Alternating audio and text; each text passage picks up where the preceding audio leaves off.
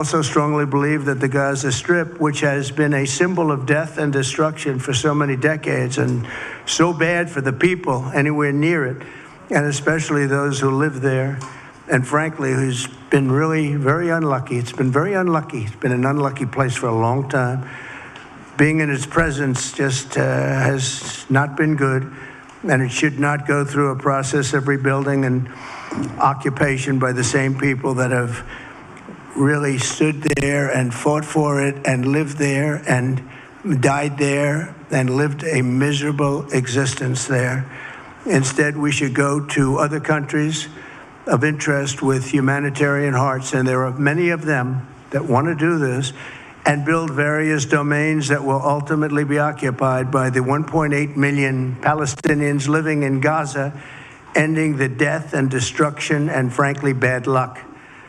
This can be paid for by neighboring countries of great wealth. It could be 1, 2, 3, 4, 5, 7, 8, 12. It could be numerous sites, or it could be one large site. But the people will be able to live in comfort and peace, and we'll make sure something really spectacular is done. They're going to have peace. They're not going to be shot at and killed and destroyed like this civilization of wonderful people has had to endure. The only reason the Palestinians want to go back to Gaza is they have no alternative. It's right now a demolition site. This is just a demolition site. Virtually every building is down.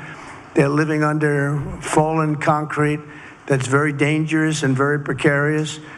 They instead can occupy all of a beautiful area with homes and safety, and they can live out their lives in peace and harmony instead of having to go back and do it again.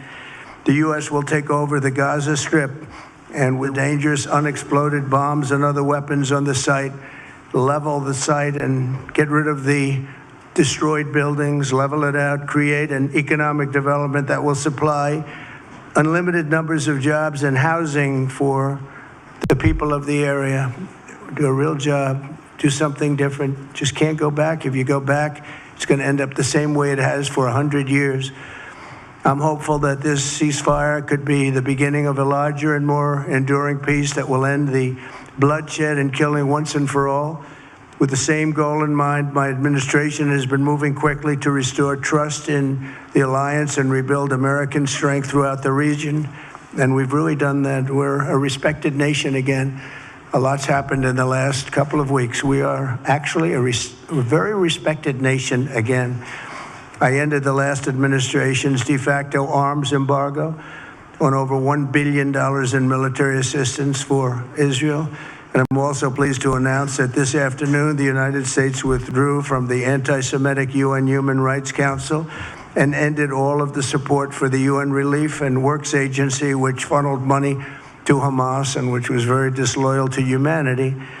Today, I also took action to restore a maximum pressure policy on the Iranian regime, and we will once again enforce the most aggressive possible sanctions, drive Iranian oil exports to zero, and diminish the regime's capacity to fund terror throughout the region and throughout the world. We had no threat when I left office. Iran was not able to sell oil. Nobody was buying oil because I said, don't buy it. If you buy it, you're not doing any business with the United States. And Hamas was not being funded. Hezbollah was not being funded. Nobody was being funded. There would never have been an October 7th. 2 weeks ago, I once again designated the Houthis as a terrorist organization. They're trying to destroy world shipping lanes, and that's not going to happen. And over the weekend, I ordered airstrikes against senior ISIS leaders hiding in the caves of Somalia and took them out. Here in America, we've begun the process of deporting foreign terrorists, jihadists, and Hamas sympathizers from our soil, just as we have people that are extremely evil, and we're sending them out of our country. They came from jails. They came from mental institutions and insane asylums, and they were dumped into our country. They're gang members. We're getting them out at numbers that nobody can actually believe. And every single country is taking those people back. They said they would never take them back, and they're all taking them back, and they're taking them back very gladly. And I recently signed an executive order combating the vile wave of anti-Semitism that we've seen in the aftermath of the October 7th attacks. Together, America and Israel will renew the optimism that shined so brightly just 4 years ago. It was really a bright, beautiful light. We will restore calm and stability to the region and expand prosperity, opportunity, and hope to our nations and for all people of the Middle East, including the Arab and Muslim nations. Very important. We want the Arab and Muslim nations to have peace and have tranquility and have great lives. And we'll take some questions.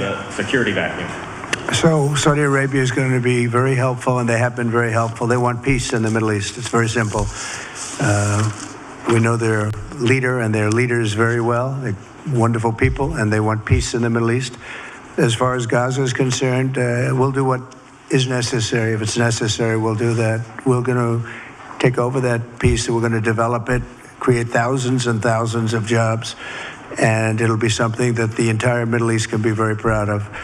But everybody feels that continuing the same process that's gone on forever, over and over again, and then it starts, and then the killing starts, and all of the other problems start, and you end up in the same place, and we don't want to see that happen. So by the United States, with its stability and strength, owning it, especially the strength that we're developing and developed over the last fairly short period of time, I would say really since the election, I think we'll be a great keeper of something that is very, very strong, very powerful, and very, very good for the area, not just for Israel, for the entire Middle East. Very important. And we'll, again, have thousands of jobs, and there'll be jobs for everyone, not for a specific group of people, but for everybody. Okay, please. I think peace between Israel and Saudi Arabia is not only feasible, I think it's going to happen. I think if we had another half a year in your first term, it would have already happened. True. Many, many more. I agree. Many more nations. I think you can't prejudge and pre-guess how we'll achieve it, but I'm committed to achieving it. And I know the president is committed to achieving it, and I think the Saudi leadership is interested to achieve it. So we'll give it a good shot, and I think we'll succeed. Yeah, please go ahead. First of all, President Trump, did you hear from Prime Minister Netanyahu at your meeting guarantees that ceasefire will hold, including phase 2? And Prime Minister Netanyahu, why are you refusing to set up a national commission to investigate the failure of October 7th? Well, I can't tell you whether or not the ceasefire will hold. We've done, I think, a very masterful job. We weren't helped very much by the Biden administration, I can tell you that. But we've gotten quite a few hostages out. We're going to get more out. But we're dealing with very complex people. And we are going to see whether or not it holds. We certainly want to have more come out. They've come out damaged in many ways, very damaged people. But they're going to get better, and they're going to be strong, and they're going to have a good life. And we hope to get as many as possible out. Whether or not it holds, I don't know. We hope it holds. We hope it holds. I think that at the appropriate time, which I think will enable us to really investigate what happens, what were the causes of the failures, by an independent commission that will be accepted by the majority of the people. We don't want it accepted by one half of the people and not the other. I think we should have it, and we should find out exactly what happened. I'm insisting on it. And believe me, it'll surprise a lot of people when it happens. Kelly, go ahead. You are outlining something that is really quite striking tonight. You are talking about... Thank you, Mr. President, Mr. Prime Minister. You are talking tonight about the United States taking over a sovereign territory. What authority would allow you to do that? Are you talking about a permanent occupation there? Redevelopment? And Mr. Prime Minister, do you see this idea as a way to expand the boundaries of Israel and to have a longer peace, even though the Israeli people know how important that land is to you and your citizens, just as the space is inherited by the Palestinians as well? I do see a long-term ownership position, and I see it bringing great stability to that part of the Middle East and maybe the entire Middle East. And everybody I've spoken to, this was not a decision made lightly. Everybody I've spoken to loves the idea of the United States owning that piece of land, developing and creating thousands of jobs with something that will be magnificent in a really magnificent area that nobody would know. Nobody can look because all they see is death and destruction and rubble and demolished buildings falling all over. It's just a terrible sight. I've studied it. I've studied this very closely over a lot of months, and I've seen it from every different angle. And it's a very, very dangerous place to be, and it's only going to get worse. And I think this is an idea that's gotten tremendous, and I'm talking about from the highest level of leadership, gotten tremendous praise. And if the United States can help to bring stability and peace in the Middle East, we'll do that. Bibi? I mentioned again tonight our three goals, and the third goal is to make sure that Gaza never poses a threat to Israel again. President Trump is taking it to a much higher level. He sees a different future for that piece of land that has been the focus of so much terrorism, so many attacks against us, so many trials and so many tribulations. He has a different idea. And I think it's worth paying attention to this. We're talking about it. He's exploring it with his people, with his staff. I think it's something that could change history. And it's worthwhile really pursuing this avenue. Yeah, please, go ahead. Go ahead. Right. President, I have a question for you. Can you hear me? Yeah. So before rebuilding Gaza again, obviously we'll take out all the hostages, and one of them is Zidan Alexander, an American who is alive. How will you be assured that you will take out all the hostages and then rebuild? We're working very hard to get all the hostages. The word is all, and we are working very hard. So far, it's been moving along fairly rapidly, pretty much on schedule. I'd love to have them all out at one time, but we're taking them out, and tomorrow more are being released, and over the days more, and then we'll go into a phase 2. But we'd like to get all of the hostages, and if we don't, it will just make us somewhat more violent. I will tell you that, because they would have broken their word. Mr. Witkoff and his entire group have been working 24 hours around the clock, and they want them out, and promises have been made to them, and we'll see whether or not those promises will be kept. But we want all the hostages, that's right. How much time do you think it will take?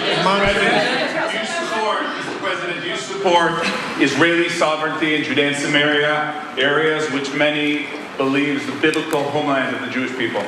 Well, we're discussing that with many of your representatives. You're represented very well, and people do like the idea, but we haven't taken a position on it yet. But we will be we'll be making an announcement probably on that very specific topic over the next 4 weeks. Go ahead, please. Thank you so much, Mr. President.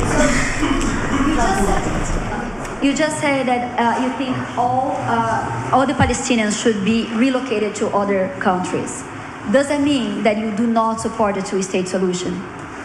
It doesn't mean anything about a two-state or one state or any other state.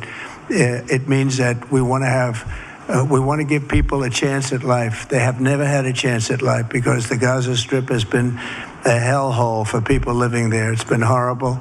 Hamas has made it so bad, so dangerous, so unfair to people. And by doing what I'm recommending that we do, it's a very strong recommendation, but it is a strong recommendation. By doing that, we think we're going to bring perhaps great peace to long beyond this area. And I have to stress, this is not for Israel. This is for everybody in the Middle East, Arabs, Muslims. This is for everybody. This would be where they can partake in terms of jobs and living and all of the other benefits. And I think it's very important. It just doesn't work the other way. You know, you can't keep trying. They just has been going along for so many decades you can't even count. You just can't keep doing. You have to learn from history. You can't keep doing the same mistake over and over again. Gaza is a hellhole right now. It was before the bombing started, frankly. And we're going to give people a chance to live in a beautiful community that's safe and secure. And I think you're going to see a tremendous outflowing of support. I can tell you, I spoke to other leaders of countries in the Middle East, and they love the idea. They say it would really bring stability, and what we need is stability. Yes, sir, please. Go ahead. Thank you. Peter? Would Palestinians have the right to return to Gaza if they left while the rebuilding was It happening? would be my hope that we could do something really nice, really good, where they wouldn't want to return. Why would they want to return? The place has been hell. It's been one of the meanest, toughest places on earth. And right now, I've seen every picture from every angle, better than if I were there. And nobody can live there. You can't live there. So if we can build them through massive amounts of money supplied by other people, very rich nations, and they're willing to supply it. If we can build something for them in one of the countries, and it could be Jordan, it could be Egypt, it could be other countries, and you could build 4 or 5 or 6 areas. It doesn't have to be one area, but you take certain areas and you build really good quality housing, like a beautiful town, like someplace where they can live and not die. Because Gaza is a guarantee that they're going to end up dying. The same thing's going to happen again. It's happened over and over again, and it's going to happen again as sure as you're standing there, Peter. So I hope that we could do something where they wouldn't want to go back. Who would want to go back? They've experienced nothing but death and destruction. Quite sad. What they're going to do is just land expropriation like we're talking about in South Africa. They're going to take that land and merge it and make it Israel. And Israel is going to be in full control. That's what they want to do because what they are racist. I'd said before, it's either Trump starts the Third World War or he sets the scene for it. He's already doing it. You're taking people off their ancestral land. From two-state solution now, we are going to take over the whole area. He didn't talk about West Bank like that because they've already taken over West Bank. The Israelis' occupation is there. But now they want to also take Gaza too, so they take everything for themselves. And this is the same Trump that is peddling what the right-wing Israeli people are saying, because that's their ideology, and that's what he wants to do. How did he start? He started by putting the capital at the embassy in Jerusalem at that point. So you can see what he does. You can see the chaos it brings in the world. And for Trump, in case he's not educated, let's educate him a bit that it was some Dutch settlers that worked with the Dutch East Indian Company that came to the Cape of Good Hope in the 1600s, settled down there, what is called the Cape Town today. They started moving up mountain across the Witwatersrand in something called the Voethrek, and they started mining minerals. Guess what? The British too came there to equally mine minerals. There was a guy called Cecil Rhodes, crazy guy. Got out of Oxford, came there, started mining minerals, took people's land, had the first land expropriation act himself called the Glen Grey Act in 1894 when he was the prime minister of the Cape area, took more land from people. He didn't stop there. Guess what he did? He took land up to Matabele land. He took land up to present-day Zimbabwe today. Zimbabwe was formerly called Rhodesia because of him. He made so much money. At some point, he was one of the richest men in the world. Him and the likes of Bani Batano taking belongings of people in Africa. The Zozans people were killed. That wasn't enough for them. The British equally fought the Dutch, 2 illegal settlers. They fought over African land in the Boers War. The likes of Jan Smot, we know what they did. When apartheid started, we know what they did with the Bantustanization. Putting black people into little clusters like Soweto, Southwestern Township. Yes. They've been taking our lands, and he wants to own the land of the people and take them. And Elon Musk, I don't blame him, because his ancestry is British, now starts to propagate all this vendetta against. So people are not going to take their land back in the first place. Exactly. The original owners, can they go to Britain and do that when Elon Musk is from? All right, let me move on to elucidate why the Fulanese, in conjunction with some elements in the United Nations, want to keep Nigeria this way. The Nigerian Union has expired since the last 11 years, if I'm not mistaken, since 2014 when Jonathan came out and said this forced marriage expires after 100 years. And that is what we have in the United Nations Charter. But again, because of the Biafran oil and gas, because of the natural resources found in the Yoruba region, the gold, and of course the oil in Ondo and all that, the Fulanis will not let this country go. The Fulanis, in conjunction with some bad elements in the Yoruba region, kicked out Jonathan, who should have, actualized that confab, but because he didn't have the charisma, the courage, and we are still trapped in this entrapment, in this cage, in this unfortunate contraption called Nigeria. Nigeria by now shouldn't be in existence anymore because there is no crime. Don't forget, we have so many countries in the past. We have Czechoslovakia, we have Yugoslavia. I mean, there are so many countries. Look at Somalia, and then we have Somaliland that recently Trump said is going to recognize. So the point is this: